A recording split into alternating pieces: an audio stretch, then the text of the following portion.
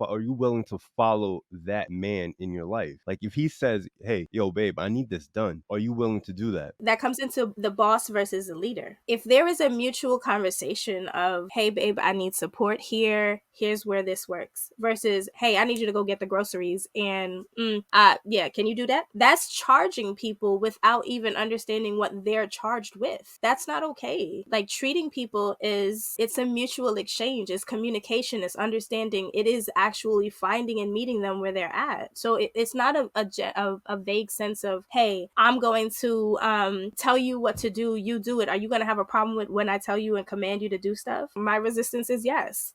I do. So when I talk about this man being a leader, he's also a provider. He's also a protector. He's also your emotional rock. He's everything you want in a man. So when he's asking you to do something, he's already providing so much for you that I don't think it should be an issue. We're not talking about someone who isn't doing those things for you. We're talking about someone is, a protector, a provider, and is sharing his resources with you and the family. So if he's like, yo, babe, I need this done, why would you be hesitant to get that done? Are you saying, babe, I need this done, go do it? Or are you saying, babe, I really got this thing going on, I got a couple of things going on, are you able to help me out? It's not what he says, it's how he says it. Yeah. No, it's what you're intending. Are you intending it for me to be your child and listen to what you have to say without asking questions? Or are you intending it as your partner and you need some help? But he's saying, yo, babe, I need you to get this done. Can you get this done? What is the tone and intention behind it? So we want to talk about how to support men on what they can do to improve in the dating realm. And when it comes down to us having this conversation,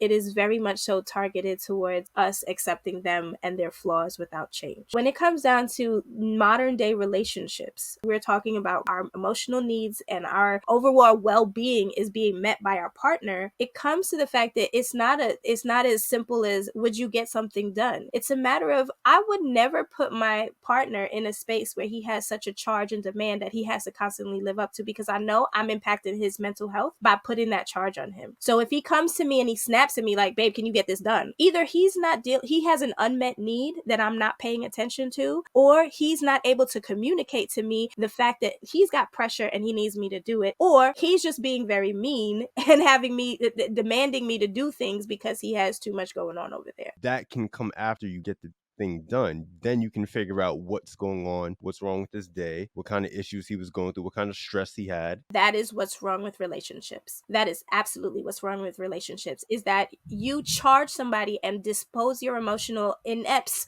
onto a person, and then you want to talk about it after you caused the harm. You need to be able to come to your emotional state and to be able to communicate, I am not in a well space right now and I need your support, and this is why I need your support, versus charging somebody and then all of a sudden, oh, well, I had a bad day, that's why I told you what to do. No, that's not okay. And that's where the emotional intelligence and connectivity is shining so much as a demand for women nowadays, because males are very disconnected from their emotion, very surface as to being providers and filling these roles, and it makes them emotionally immature. If they are not emotionally sound, they're not able to communicate properly. That does not cause harm. Over 20 years of being in a relationship, one person could not tell another person that they no longer wanted to be in a relationship and that they found satisfaction somewhere else. So instead, they drag them on for more years and are still dragging them on. That emotional immaturity is also what makes a lot of men not consider women. Perfect. I agree. But I think you're undermining the life of a man and what men go through on a day-to-day basis. Our life can tend to be very stressful at times. There's a disconnect there. I don't think she was undermining it. I think she was saying, because of all you guys endure and because of all the pressure that are put on you, men oftentimes do not take the responsibility and accountability upon themselves to heal those things that have them under so much pressure, which affects their relationships with friends, family. I understand that. What I'm saying is, this man that we're talking about, that suits her, he's a protector, provider, and he asks you to do something. Maybe he's stressed out at the time. He doesn't really have the time to sit down and explain to you why he needs to get it done. He's just asking for that level of submissiveness, which it's okay. If you can't provide that, that's fine. We're just going to move on.